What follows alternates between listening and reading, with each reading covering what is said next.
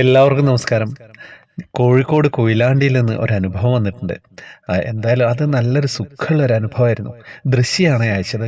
ഞാൻ പെട്ടെന്ന് തന്നെ വായിക്കാം. ഞാൻ ദൃശ്യയാണ് കേട്ടോ. കോഴിക്കോട് കൊയിലാണ്ടിയിലാണ് എൻ്റെ വീട്. ഈ അനുഭവം മറ്റുള്ളവരോട് പറയണമെന്ന് ഞാൻ കുറേ കാലമായിട്ട് ഉള്ളിൽ വെമ്പിക്കൊണ്ടിരിക്കുന്നു. കാരണം ഇത് വെറും ഒരു സംഭവമല്ല. എൻ്റെ വിശ്വാസത്തെ കൂടുതൽ ഉറപ്പിച്ചൊരു നിമിഷമാണ്. ഈ വർഷം ഞാൻ 4 പ്രാവശ്യം ഗുരുവായൂർ പോയി.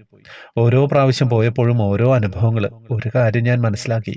ഒന്നും പ്രതീക്ഷിക്കാതെ പോകുമ്പോൾ അവിടെ എല്ലാം സ്വയം നടക്കും.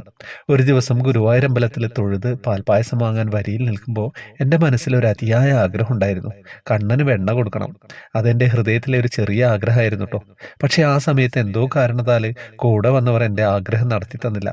ഞാനൊന്നും പറഞ്ഞില്ല. ഉള്ളിൽ മാത്രം ആ ആഗ്രഹം ഒളിപ്പിച്ചു നിന്നു.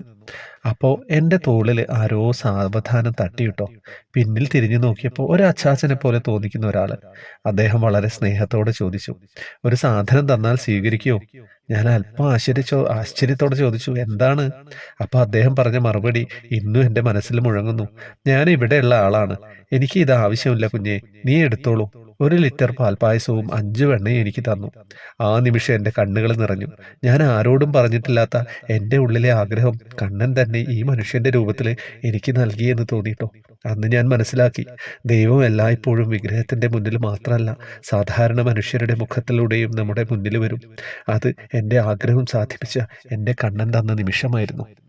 എന്താ അനുഭവം അല്ലേ? എന്തൊരു സുഖമായിരുന്നു ആ നിമിഷം. ആ അത്രയും എഴുതിയതും ഭംഗിയായി. ആ എന്തായിരുന്നു ആ ഫീലിംഗ് എന്നുള്ളത് കൃത്യമായിട്ട് കൺവേ ചെയ്യാനുമായി.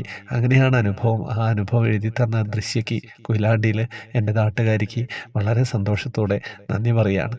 ഹരേ കൃഷ്ണ. എല്ലാവരിലേക്ക് എത്തിക്കട്ടോ ഈ അനുഭവം. വേറെ വിശേഷങ്ങളൊന്നും ഇല്ലാലോ. ഗ്രൂപ്പിൽ വരുന്നവർക്ക് അറിയാം, ജോയിൻ ബട്ടണിലൂടെയാണ് വരേണ്ടത്. കുറേ കാര്യങ്ങളുണ്ട് അവിടെയൊക്കെ. ഹരേ കൃഷ്ണ.